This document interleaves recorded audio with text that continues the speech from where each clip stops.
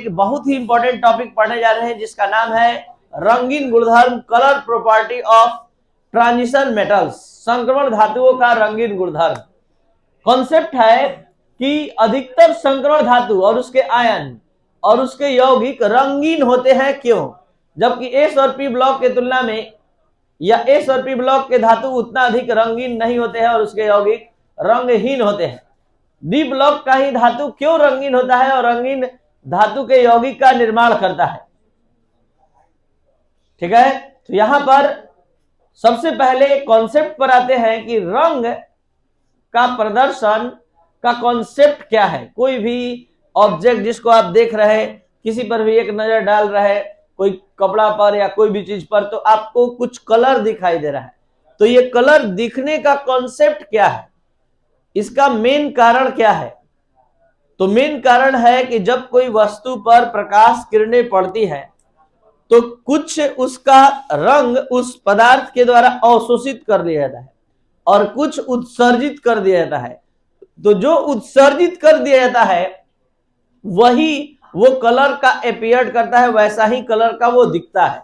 अब आइए इस चैप्टर से रिलेटेड अब बता दें कि संक्रमण धातु क्यों रंगीन गुणधर्म प्रदर्शित करते हैं। तो इसका मेन कारण है डीडी संक्रमण। ये डीडी संक्रमण क्या होता है एकदम जीरो लेवल से समझा रहे हैं। चलिए देखिए, ध्यान दीजिए।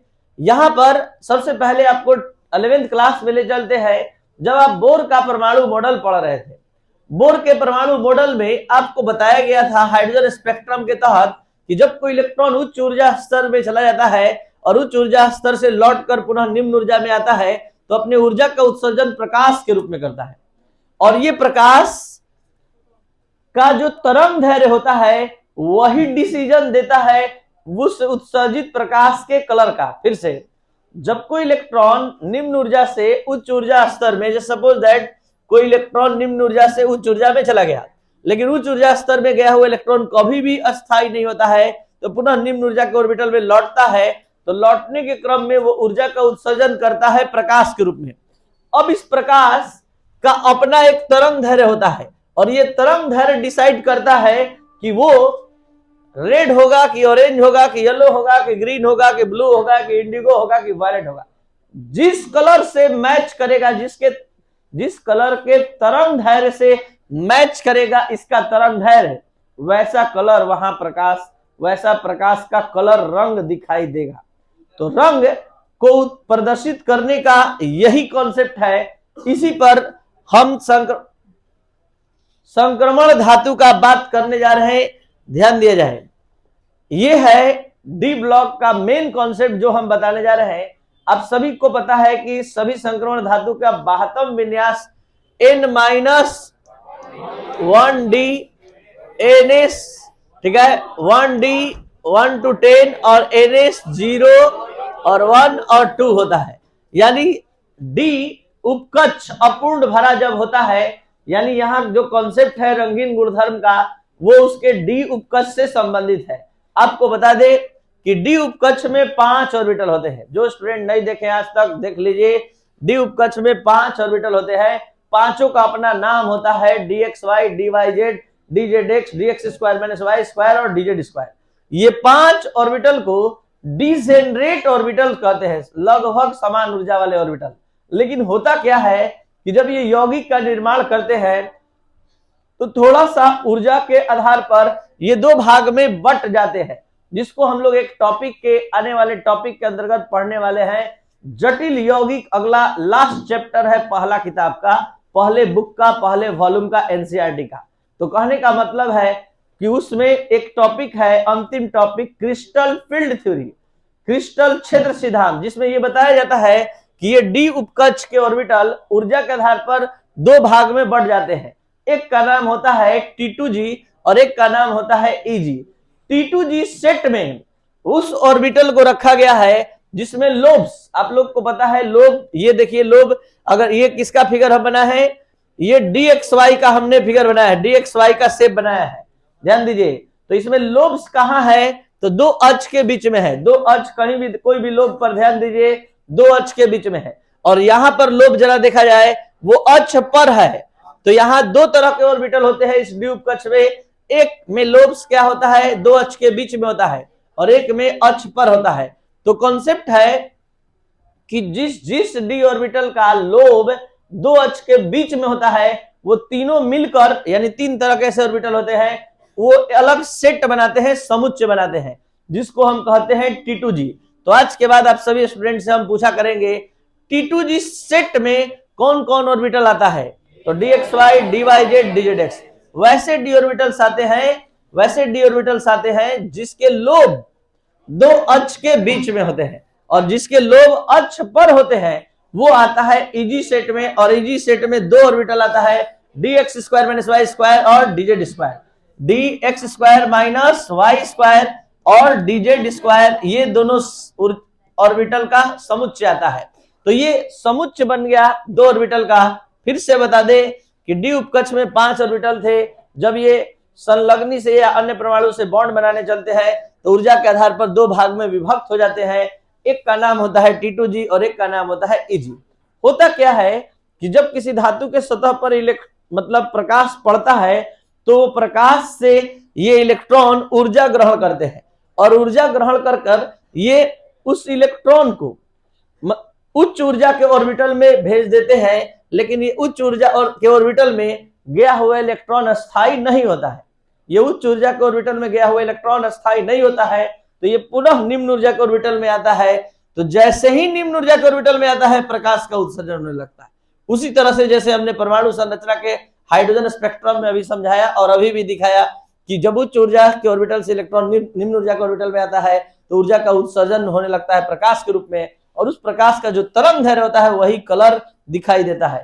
तो यहाँ भी वही काम होता है कि ऊर्जा के आधार पर ये दो समुच्चय में बढ़ जाते हैं, T2G और EG। जब इलेक्ट्रॉन निम्न ऊर्जा के ऑर्बिटल से उच्च ऊर्जा में जाता है तो जाने के लिए तो चला जाता है, लेकिन वो अपने आप को असहज महसूस करता है, अस्थायी महसूस करता है। तो अस्थायी होने के लिए पुनः निम्न ऊर्जा के ऑर्बिटल में आने लगता है। तो आने के क्रम में ये ऊर्जा का उत्सर्जन प्रकाश के रूप में करता है, क्योंकि इसकी ऊर्जा कम है और ये उच्च ऊर्जा में चला गया, तो इसको इसमें रहने के लिए अपने ऊर्जा का उत्सर्जन करना होता है। और ऊर्जा का उत्सर्जन जो भी करता है प्रकाश के रूप में, वो उस रंग का दिखाई देने लगता है। अब आप ही बताइए कि अगर आपके पास एकदम पूरा पूरा भरा हुआ डी ऑर्बिटल हो, पूरा पूरा भरा हुआ डी ऑर्बिटल हो, पूरा पूरा भरा हुआ डी ऑर्बिटल हो, तो बताइए अगर ये दो भाग में बट भी जाएगा, ठीक है, पूरा पूरा दो भाग में अगर बट भी जाएगा तो ये इलेक्ट्रॉन जब ऑर्बिटल खाली ही नहीं रहेगा तो कहां जाएगा, कहां आएगा? क्या संभव है? तो इसलिए हम यहां कॉन्सेप्ट देने जा रहे हैं आप सभी स्टूडेंट को कि जब पूरा भरा हुआ डी उपकक्ष हो, फिर से वही बात जो चुंबकीय गुणधर्म में किए थे, और पूरा खाली हो, पूरा भरा हो तो कहां जाएगा? अब पूरा खाली हो तो कौन जाएगा? ठीक है, तो जब पूरा भरा हो तो कहीं संक्रमण संभव नहीं है, इलेक्ट्रॉन का एक डी ऑर्बिटल से दूसरे डी ऑर्बिटल में जाना आना संभव नहीं है। और जब तक से डी ट्रांजिशन नहीं संभव है तब तक से रंग का प्रदर्शन नहीं हो सकता है, कि कोई अपना रंग का प्रदर्शित नहीं कर सकता है कि हम इस कलर के हैं। तो जहां D10 विन्यास होगा, जहां बाह्यतम विन्यास D0 होगा, मतलब पूर्ण भरा होगा, पूर्ण खाली होगा, वो रंगीन होगा, रंगहीन प्रकृति का होगा, वो उसका कोई रंग नहीं होगा, वो सफेद होगा, ठीक है, तो रंगहीन होगा, ठीक है। और जब उसका बाह्यतम कक्ष अपूर्ण भरा होगा, मतलब D1 से लेकर D9, तो वो रंगीन गुणधर्म, वो और उसका आयन और उसका यौगिक रंगीन होगा। अब एक एक लाइन, एक एक कॉन्सेप्ट समझने का क्षमता आप सभी स्टूडेंट को इतना ही डिस्कशन से आ चुका है। और अब देख लिया जाए एक एक लाइन कि क्या आप समझ पा रहे हैं अच्छे से, ध्यान दिया जाए।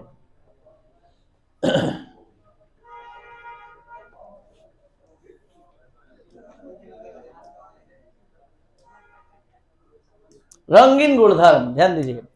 अधिकतर संक्रमण धातु और आयन रंगीन गुणधर्म प्रदर्शित करते हैं, क्योंकि उनके बाह्यतम कक्ष में अपूर्ण भरा हुआ क्या होता है? डी उपकक्ष होता है, और तथा उसमें अयुग्म इलेक्ट्रॉन स्थित होता है। ये अयुग्म अपूर्ण भरा रहेगा तो निश्चित अयुग्म 1 या 2 मिल ही जाएगा। तो यहाँ अयुग्म इलेक्ट्रॉन क्या करता है, डीडी संक्रमण के फलस्वरूप रंगीन गुणधर्म प्रदर्शित करता है। तो मेन लाइन ऊपर में ही लिख दिया गया है कि जहां अपूर्ण भरा डी उपकक्ष होगा निश्चित अयुग्म इलेक्ट्रॉन होगा, अयुग्म इलेक्ट्रॉन होगा तो डीडी संक्रमण होगा और वो रंगीन गुणधर्म प्रदर्शित करेगा। अब इसके विपरीत इन संक्रमण धातुओं में इलेक्ट्रॉन को उत्तेजित, अब होता क्या है, क्यों उत्सर्जित, क्यों मतलब डीडी संक्रमण या रंग का प्रदर्शन करते हैं, तो इन संक्रमण धातुओं के इलेक्ट्रॉन को उत्तेजित करने के लिए कम ऊर्जा की आवश्यकता होती है और ये दृश्य क्षेत्र से प्रकाश को शोषित करते हैं एवं रंग प्रदर्शित करते हैं। जिस संक्रमण धातु या आयन के बाह्यतम विन्यास, ध्यान देंगे D0 D10 होता है, वे क्या होते हैं, रंगहीन होते हैं। जिस संक्रमण धातु या आयन के बाह्यतम विन्यास अपूर्ण भरा हुआ डी उपकक्ष वर्तमान होता है वो क्या होते हैं, रंगीन। तो यही दो लाइन आप ध्यान देंगे, जब अपूर्ण भरा होगा तो रंगीन और D0 D10 होगा तो क्या होगा, रंगीन।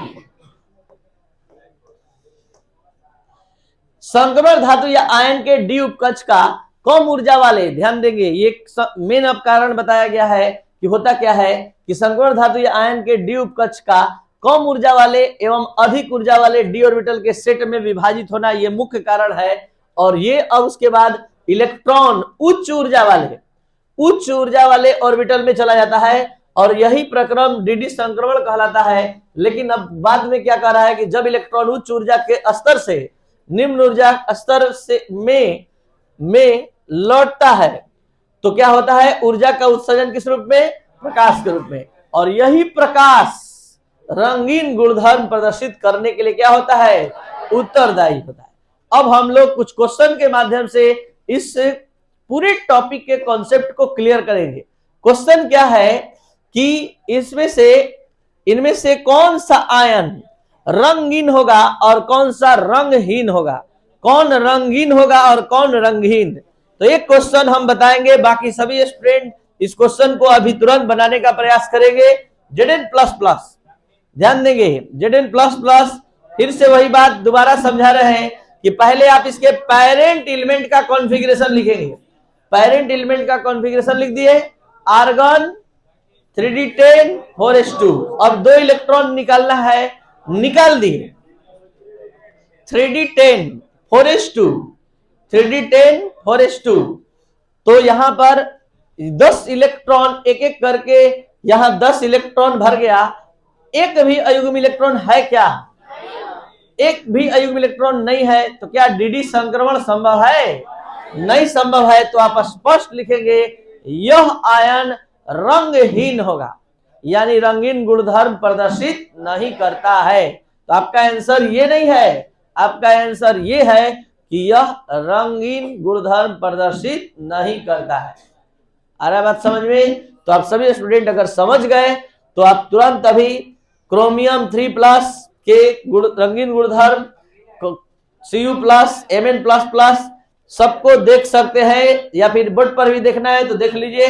अगर क्रोमियम 3+ का निकालना है तो क्रोमियम का पहले बताइए क्या होता है, 3d5 4s1, 3 इलेक्ट्रॉन निकालिए, पहला 4s से और दूसरा 3d5 से, तो कितना बचा 3d3, और 3d3 अयुग्म इलेक्ट्रॉन होगा कि नहीं होगा, तो ये क्या कहेंगे, रंगीन, ये रंगहीन, ठीक है। ये रंगीन गुणधर्म प्रदर्शित नहीं करेगा, ये करेगा। और कॉपर प्लस 3d10 क्या होगा, ये रंगहीन होगा, यानी रंगीन गुणधर्म प्रदर्शित। Mn++ लास्ट में आता है 3d5 4s2, 2 इलेक्ट्रॉन निकाल दीजिए। तो यहां Mn++ 3d5 बचा, तो ये रंगीन गुणधर्म प्रदर्शित करेगा। और यहाँ Ti4+ पूरा 3d0 होने जा रहा है, 3d2 4s2 होता है और 4 इलेक्ट्रॉन निकाल देंगे तो ये 3d0 4s0 हो जाएगा। क्या होगा, ये रंगहीन। तो दिक्कत है, तो ये रंगहीन होगा, यानी रंगीन गुणधर्म प्रदर्शित नहीं करेगा। तो ये था आपका टॉपिक रंगीन गुणधर्म, जो